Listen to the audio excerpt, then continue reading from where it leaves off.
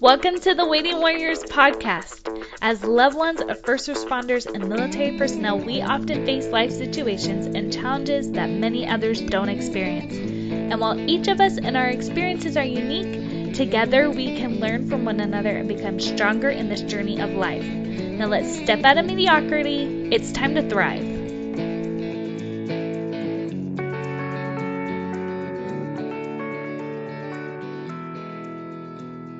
Hi, Waiting Warriors. Welcome to today's interview. Today's interview is pretty special. Maybe it's just because I'm pregnant and I'm feeling all the feels, but I have Brookelyn Eubank here with me, and she is a military spouse of a couple years. They've been active duty for 3 years and were National Guard before that. And he is in the military police, but her husband is deployed right now, and you guys can't see it, but I can see her right now, and she has the tiniest little squishy baby that I've ever seen. And I kind of wish that just this interview was visual as well, just so everybody can see. But they can go find you on Instagram and look at all the pictures because it's worth it, guys, if you want to get baby hungry. But I have a baby, so it's okay. You just made me all that much more excited. So welcome to the show, Brookelyn. Hi, thank you. Okay, so why don't you guys introduce you guys, because it's both of you. He can chime in if he wants. Right. Why don't you introduce yourself, give a little background story. Obviously, you've got a little baby and a husband deployed, but kind of talk about yourself for a little bit. All right. Well, like Michelle said, my name is Brookelyn Eubank, and I'm a military police wife. And we have been doing this thing for a couple years now.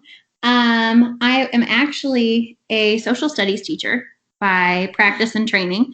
But I have decided to stay home with our little guy. And so that's kind of where my heart is and where I'm at right now. So excited stuff. How long did you teach before having the baby? I taught for 2 years before having him. So I was in the middle of like my second-ish year. I had taken over for somebody else on a maternity leave before that. So when you add it all up, it's about 2 years. Awesome. And then you're in photography and design, right? Yes. So I do photography in our area and then back home in Indiana.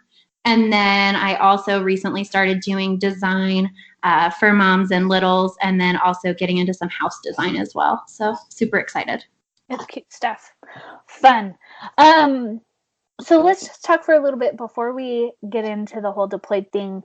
When in our back and forth in your emails, I just want to talk about one thing because I feel like it's so interesting the way you said it. Because we were talking about how you guys stay connected through all the crazy, and you just kept on mentioning communication right.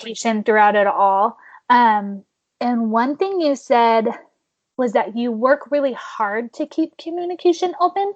And I kind of wanted to just ask you, what exactly do you mean by that? Because I feel like I know we've had times where we've been separated and it's just like, well, communication can't happen because of X, Y, Z. But then, excuse me. But then as you said, like you work really hard to keep communication open. It just made me think about maybe in those times, like we were letting the excuses happen. So I just thought I'd maybe ask you, what exactly do you mean by you guys work hard to keep communication open? Yeah, I definitely think that when, somebody's deployed, it's really hard to be in that constant communication that we're so used to when they're home. And I know a lot of spouses can relate, but my husband's my best friend. And so when he's not here and we don't have that constant communication, that can be really difficult. So I think what I mean by working really hard to keep it open is when we do have those times to communicate with each other, making sure we're making the most of them and having those productive conversations that we usually have on a daily basis, but working really hard to make sure we're bringing up the things that are important and the things that matter in those times that we do have contact and communication with one another right now. Got it. Okay. I was interested at what was all like behind that. Another thing I want to point out, just because I think it was a really great quote that you said. And by quote, I mean, I'm quoting you just to share with the listeners. Said, where you put your investment of time, your heart follows. Yes. And I really liked that because it's really easy to get all crazy and everything that's going on at home.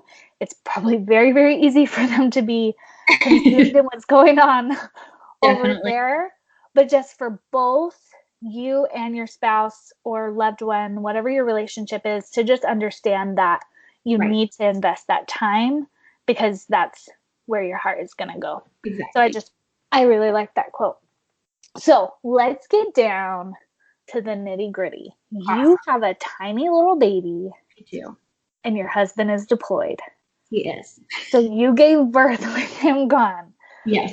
Which isn't my worst nightmare. My worst nightmare is my husband not coming home. But I think number 2, really close to number 2, as far as deployments go, is having to deliver without him there. Because for us, it is such a, it's honestly a spiritual experience, but it's an us experience. We've never been big into having other people in the room.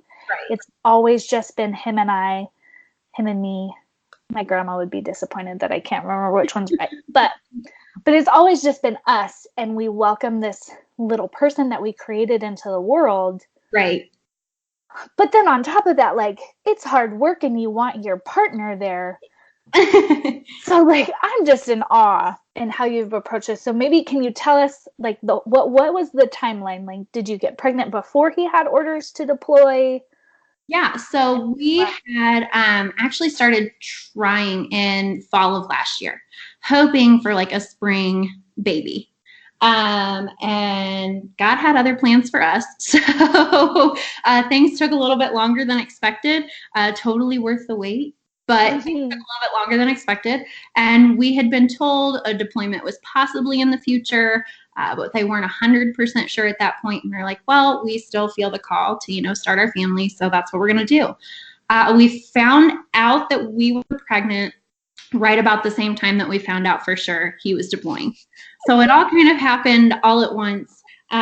So super exciting, but then also kind of terrifying, realizing, wait a second, that's a 9-month deployment.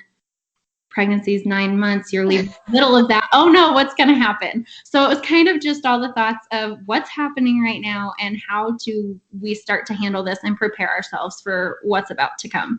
So he left when I was about between 20 and 21 weeks pregnant. And so I did the second half of pregnancy with him deployed. Got it.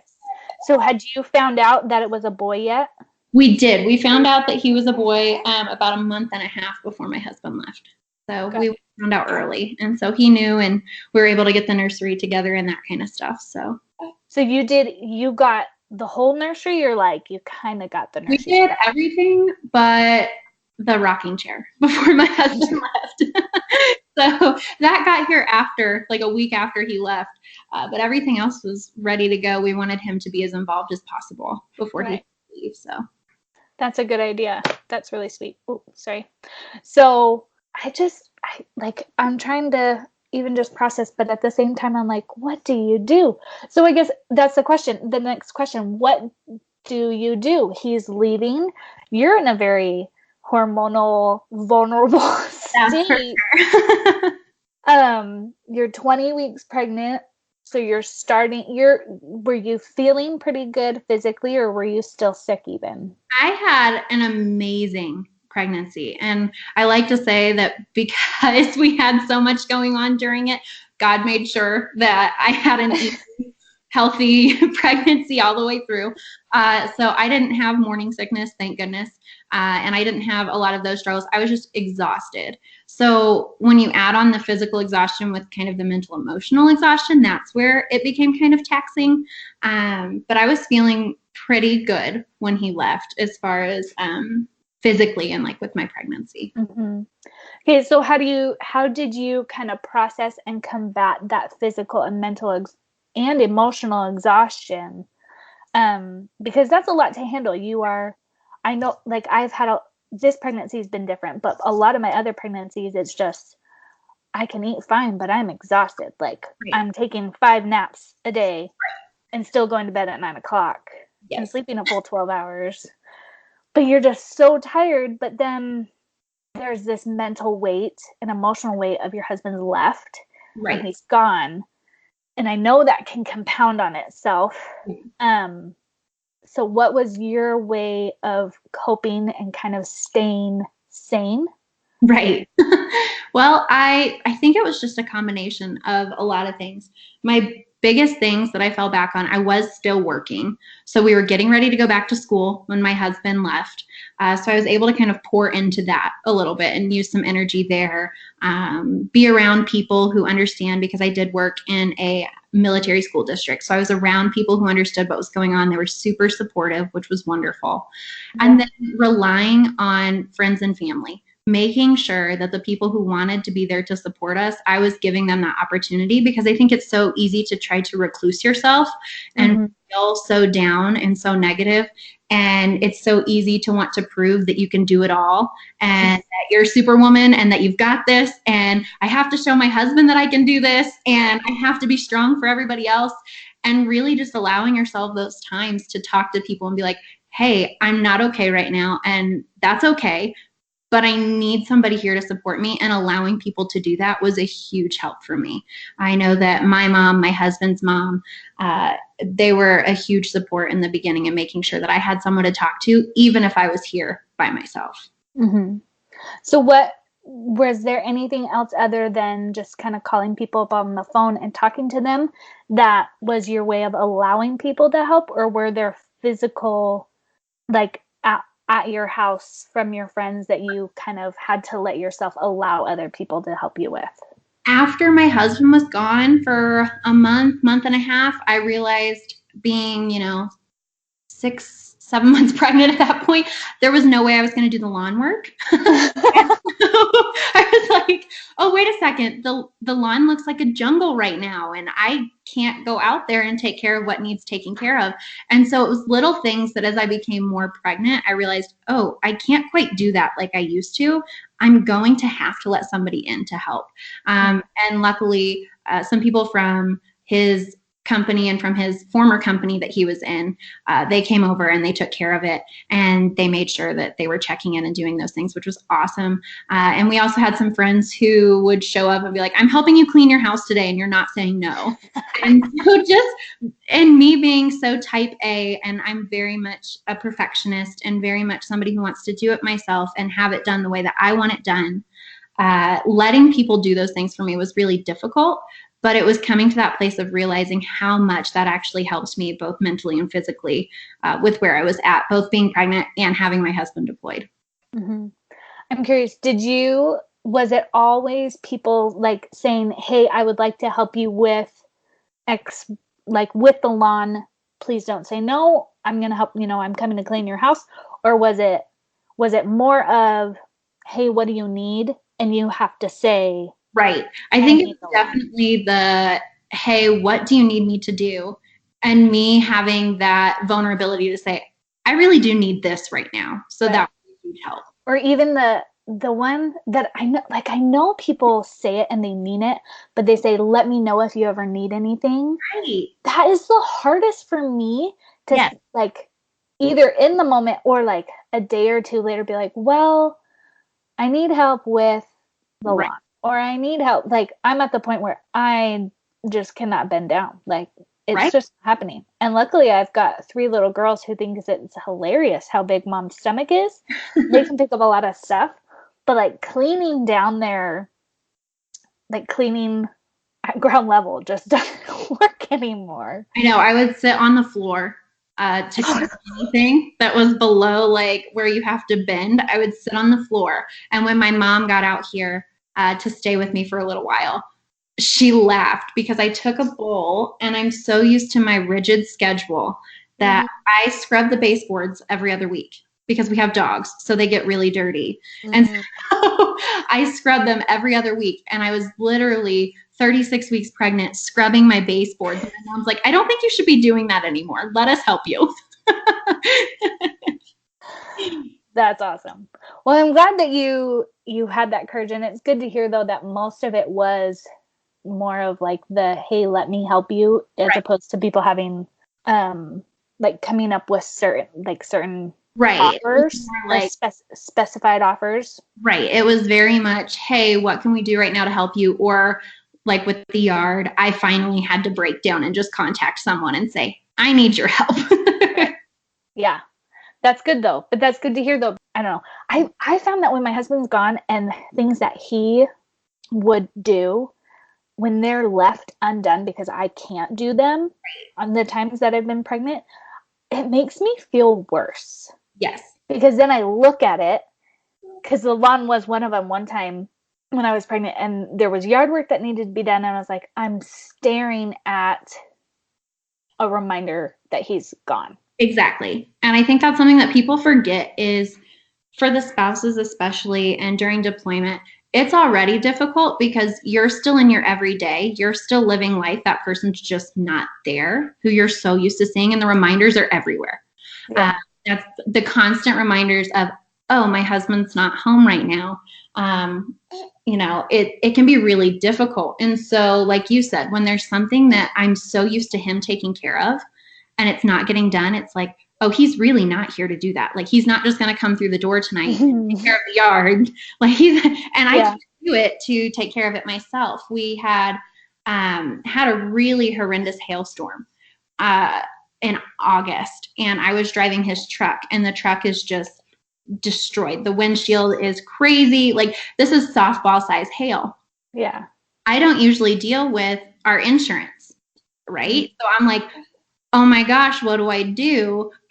That's not one of the things I usually take care of. And so just figuring out those little things of, oh, he's not here to do that. I need to step in and I have to do those things. It's just that additional reminder on top of everything else. So that can be so difficult. So I was so grateful we had friends that were there to step in and help. Mm-hmm. Good. I'm glad you have good people around you. Okay, so let's move on. Delivery is coming. It's approaching. What did you like kind of have a plan maybe even before he left, or did you want other people there? Did you want your mom there, or did you kind of approach it on your own? So I'm very much a planner. I make lists for everything. I have a plan for everything. And before he left, I had kind of like a semi-birth plan typed up of this is how, ideally, if things are going to go our way, this is how they're going to work. Everything from who was going to contact Nathan so that we could get him away from work so he could Skype or FaceTime in, to who was going to be in the room with me, which I had decided at that point I wanted my mom, my sister, and then if his mom was able to make it out here, I was going to have her in the room as well. And unfortunately, they weren't able to make it out, but my mom and my sister were here and they were in the room with me, as well as one of our friends. She took photos for us so that they didn't have to worry about taking pictures. And so that was all typed up. And then I think it was after I took a birth class at like 30 weeks pregnant, I finished out the birth plan with, okay, this is the very specifics of what I want. And then when we had a chance to talk, I went over those specifics with Nathan so that he was in the loop. And when he was FaceTiming in, he could still be that support person. And so he knew exactly what I wanted. He knew what my plan was. So did my mom, so that they could better support me in that. And I think that really helped still working through all those things that we would have worked through if he was here.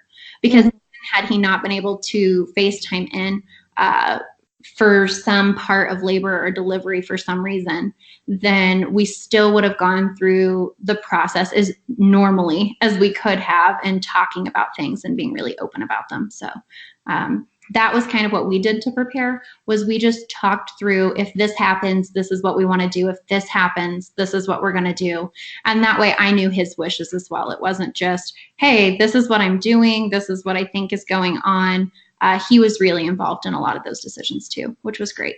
Right. And I like too that you went over your birth plan with him, because I mean, obviously he wasn't going to physically stop the doctor from doing something, but even just even if he hadn't been able to be there, he at least could have just been aware, like, hey, this is how, because it was your first child. Like, so then if you have another one, hey, he's Right. a lot more familiar. Definitely. And I think it made me more comfortable going into labor and delivery, knowing that he knew what I wanted, because whether he's there or not, he's my biggest support. And so just having him as emotional support through things and knowing if he was here, this is what he would be doing was such a huge help. Right. I like that. So how did the whole labor and delivery play out? I know you had your ideal plan, but was he able, I mean, like, was he able to kind of take time off and be there on FaceTime with you or on the phone, or what all happened there? Yeah, we were super fortunate. So I had a really long labor. I know first babies, that's pretty typical, but I was in labor for 24 hours and I was in the hospital for almost all of it because my water broke before labor started. So, so I woke up at like 1 a.m. on Saturday morning. It was November 10th. And we started texting my husband and we said, this might be it. We're not sure, but I think my water broke. I really think my water broke. I'm not 100%. There's a lot going on right now. So, I'm not sure what's going on at this point, but we're thinking this might be the case. So my mom was with me. She woke up and she kept him in the loop for a little while, you know, timing contractions, trying to see, because I didn't even have contractions until after my water broke. So then the contractions started about 15 minutes after I noticed, and they were coming every 5 minutes, lasting a minute. So they were already super strong. So it was like my water broke and everything just seemed to be moving right in the right direction. Everything is planned. And for me, that was perfect because, like I said, I'm a planner. So when things go according to my plan, it's amazing. And so she kept my husband in the loop. We left the house a few hours later. And at that point, I hadn't talked to him really. It was really just some text that we had gotten out to make sure that he was able to get a hold of us when we needed him to. Mm-hmm. And after they confirmed that my water had broke at the hospital and they were going to keep me and admit me, that's when I called him for the first time. And fortunately, since it was a Saturday, he wasn't working or on duty. And so he was able to just be in his room, have his Wi-Fi, and FaceTime whenever we needed him. So that was that was wonderful. Rhett's saying hello to everyone. And so then it was, gosh, I think 20 or so more hours in the hospital. And every few hours we were FaceTiming, and he would just sit there for hours on end with his phone on, plugged in to charge. And, and we would kind of just go back and forth. If I needed to get up and go for a walk, he would jump off the phone for a little bit. We'd get up and go for a walk. I'd come back and call him again. So he was able to be there and as involved as we had hoped. Our biggest concern was Wi-Fi, because sometimes I know anybody who knows someone who's deployed, it doesn't always work depending on where they're at or just the day, or there's chances that it's not going to, and the hospital's Wi-Fi would often go out. So that was our biggest concern. Oh yeah, hospital Wi-Fi stink. Yes, the signal was horrible. But we were so fortunate and so blessed because both ends were working that day, and he was able to FaceTime in and call, or I could call him whenever we wanted or needed to, which was huge. Yeah. So was he, this may be like a little bit personal, but was he FaceTiming on the phone when the actual delivery happened? So he was FaceTiming, which they can't like show anything, but he was FaceTiming and they were able to show him me so he could be there as a support as best he could. So he was talking to me as I was pushing and preparing for delivery, which I know he and I have talked about it. And as much as that's a really hard physical experience on a mom, I know for him that was almost a debilitating emotional experience. And, you know, he said at one point he had to shut off the volume on his phone, not so that he couldn't hear me, but so I couldn't hear him, because he was just in a panic, right? He's like, there's nothing I can do. I'm so far away. And he was like, seeing you in pain like that, it was heartbreaking. And he was like, I'm not even there as a physical support. And so I know that that really took a toll on him. And I don't think that was something I was prepared for going into delivery during a deployment. Was I knew it takes an emotional toll on dad to watch mom in pain. Mm-hmm. But I didn't realize, I guess, how much that would be heightened by him not actually being there. Because he said that was really just a hard experience to know that even if he was there, he couldn't do anything, but not being there to hold my hand or hold my leg or get me ice and do those little things that he could have done. I know that that was really hard for him, especially. Yeah. That would, because there definitely is the, like, I'm a helpless dad. Right. A whole bunch of jokes, and that's a topic of discussion all the time when a wife is pregnant. But that would be brutal, where it's like he couldn't even comfort in any way, shape, or form. That's hard. Yeah. That's really hard. So baby gets delivered. Yes. Luckily, you were able to have a pretty good deployment birthing experience, I feel like. But now you've got this little kid. Yes.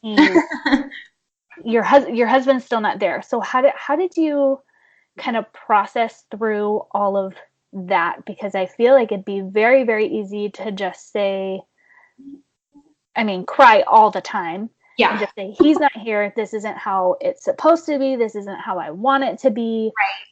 Why? Right. And you definitely have the days where you get into that place. I try to keep things super positive and be really upbeat. But there are days where you just can't quite fight off how bad that feels. Mm-hmm. But in preparing, like, to come home and process things as far as, okay, we're going to go home and he's still not going to be there. Mm-hmm. And we're going to be home for a while and he's still not going to be there. The hardest part for me was, like I said, my mom came to stay, so I did have extra hands to help and do those things, do laundry, do dishes, hold the baby at night if I just needed to sleep. And that was such a huge help. But again, it's that reminder that that's the things that Nathan would be doing if he was here with me. And so mentally preparing for that, just going into it saying there is nothing that we can do to change the situation. We have to make the best of it, was probably the best thing I could have told myself. There's a reason that we're in the situation we're in, and we're huge on faith. And so we're like, there's a reason that we're in this situation there, and we may not like it, but this is where we are, and we have to make the most of it.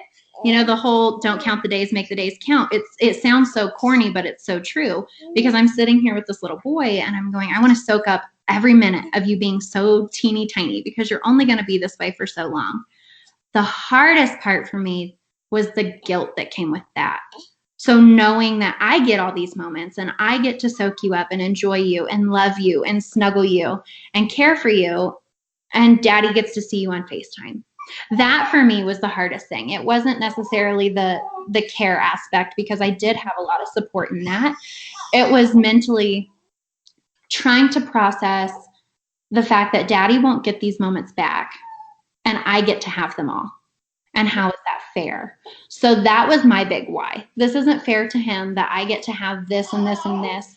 And then he'll never, experience what it's like to have Rhett as a newborn, or, those things. And so that was really difficult. Oh, yeah, it was, wasn't it? Yeah. It's like, that's the worst, Mom. Yeah, he agreed. So I think the way that we handled that was just that approach of, this is all for a reason. This is all for a purpose.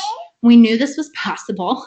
Trying to accept that. We knew that this was a possibility, and then making the most of it. So Nathan tries his best to FaceTime us. I would say like 4 or 5 times a week. He's in a position where he can do that. He's in a place where he can do that. So anytime that he gets to call and talk, he does.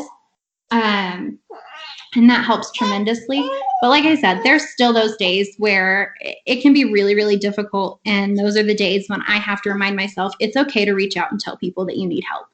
It's okay to tell people that you're not okay and that you're not in a good place and that you need a minute, and accept that help. That's so difficult to do, but it's so important, because when I get into a negative headspace and I'm not being positive about it, I know that affects not just my husband now, but it affects my son. And so I have to try my hardest to, let myself feel those things, but then find a way to move beyond those feelings and get out of my feelings, because I do have a little boy to care for now. And, he's counting on mom. So trying to take that responsibility and say, yeah, it's okay to not be okay, but you have to work and process through it so you can be your best self for your son is so important. And I think that's why, self-care and then advocating for yourself when you do need help is so important. Yeah. That's awesome, because I'm like getting teary up, guys, because Austin is supposed to leave pretty soon after our next baby's born.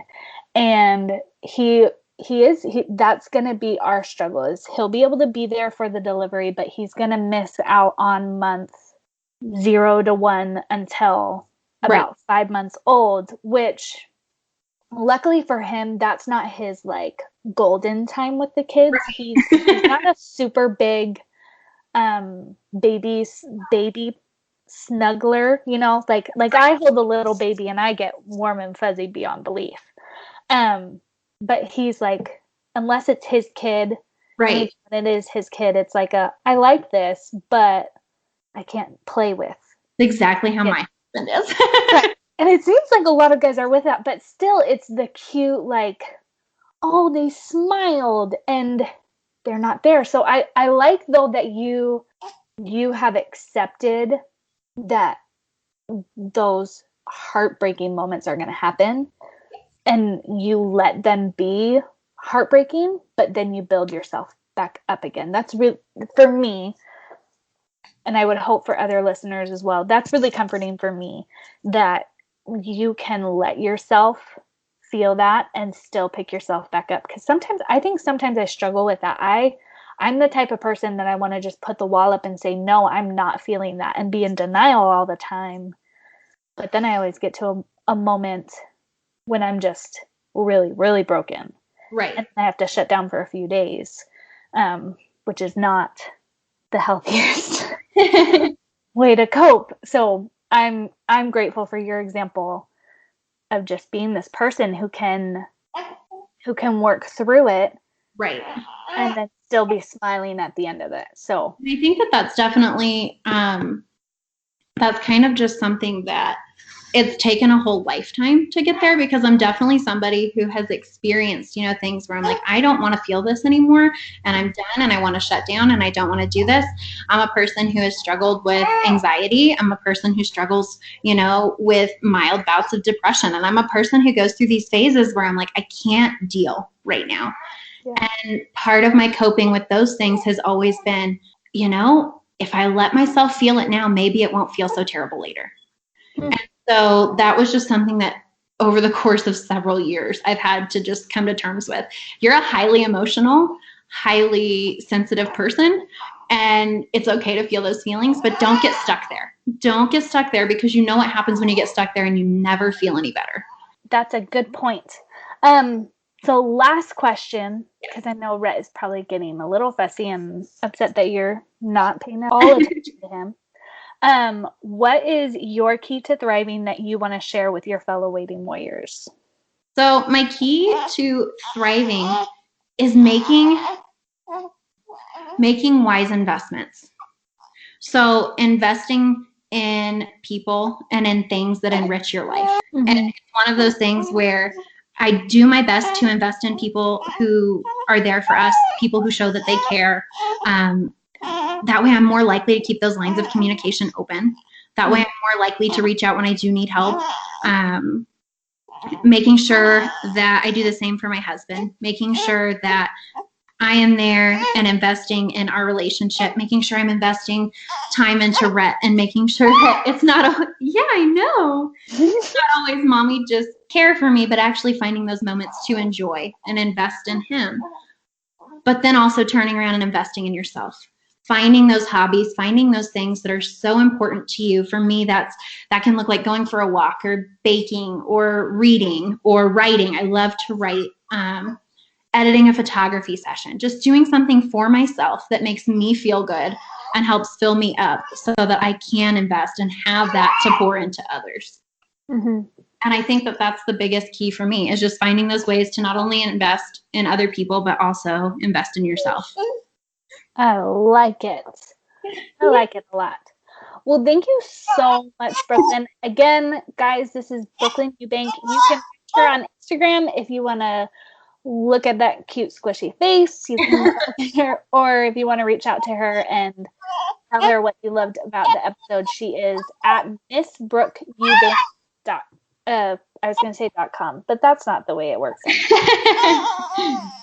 And I'll also link to all that in the show notes. So thank you, Brooklyn. Thank you, Rhett, for sharing mommy. Thank you so much for having us.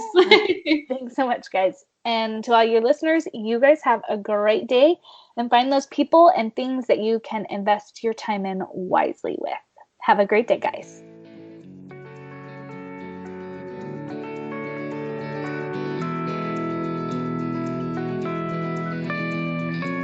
Hey everyone, I have a favor to ask.